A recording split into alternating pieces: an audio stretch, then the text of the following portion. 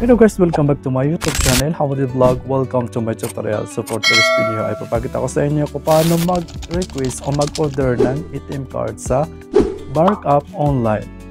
So sa video rin na to ay papakita ko sa inyo kung paano mag-activate ng ATM card pag dumating na sa inyo yung ni-request nyo o in-order nyo na ATM card through online. So malaman ko paano gawin to. Tara na, tapusin na panoorin ng video na to. So tara na guys, simulan na natin.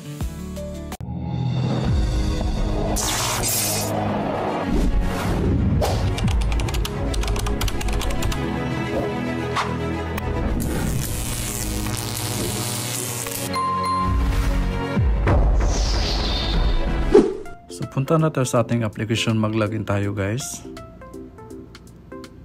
So maglalagay tayo ng password. So ayun, so dito guys, tap natin yung card sa baba.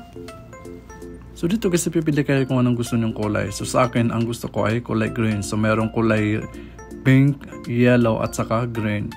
So ang pinili ko ay green. So itap natin yung continue dito sa baba. Then gagawa tayo ng password or pin code ng ating ATM card.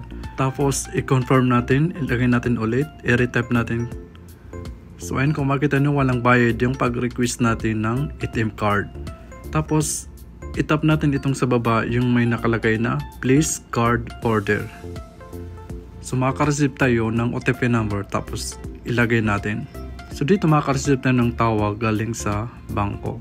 So sagutin lang natin yung instruction na hinihingi nila. So kadalasan kasi dito ay 1 yung hinihingi nila, number 1, para ma-confirm o ma-verify yung pag-request natin ng digital card. So next na gagawin naman natin, na itap natin yan, yung card sa taas. Ayan. Then kung makikita nyo nandyan yung get a physical card. So itap natin yan. So dito ay hihingi nila yung location kung saan doon nila i-deliver yung i-request natin o i-order natin na physical card. Kaya kailangan guys ay accurate yung nilagay nyo na location nyo, para mas mabilis o mas madali nila ma-deliver sa inyo mismo. Tapos itap natin yung save. Then dito naman ay itap natin yung please card order. So itap natin yan. So ayan, get ready, your new card is on its way. So magantay tayo ng mga 3 araw o 2 araw para ma-receive natin yung o i-deliver nila yung ni-request natin na ATM card.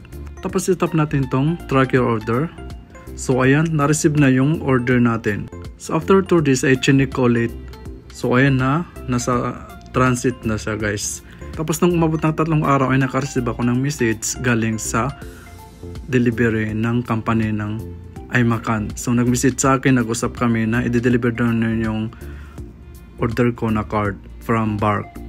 So ito na guys, kinuha ko na at deliver na nila. So dumating na guys. So bubuksan natin ito mamaya at ipapakita ko sa inyo guys, at ipapakita sa inyo kung paano i-activate to. So yun na nga guys, after 4 days ay naka-receive na akong message sa WhatsApp kung saan nag-message sa akin yung magde-deliver ng card na in-order ko sa online. So ito na nga guys, dumating na siya. So ipapakita ko sa inyo guys. Ito siya. Ito dumating na. So ang nag-deliver nito ay iMacan. Buksan natin guys. So ito yung lalagyan ng card. Kung makikita nyo, black yung kulay niya. Ayan, may nakasulat na Bark. Buksan natin guys. So ito siya guys. Ayan na siya. Maganda yung kulay na, kulay green. So i-activate natin ito. So ipapakita sa inyo kung paano i-activate to guys.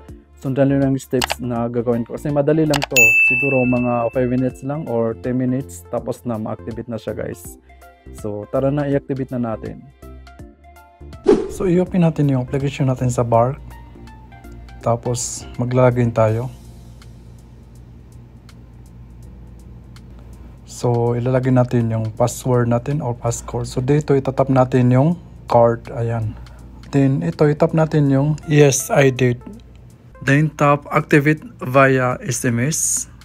Then makareceive tayo ng OTP number.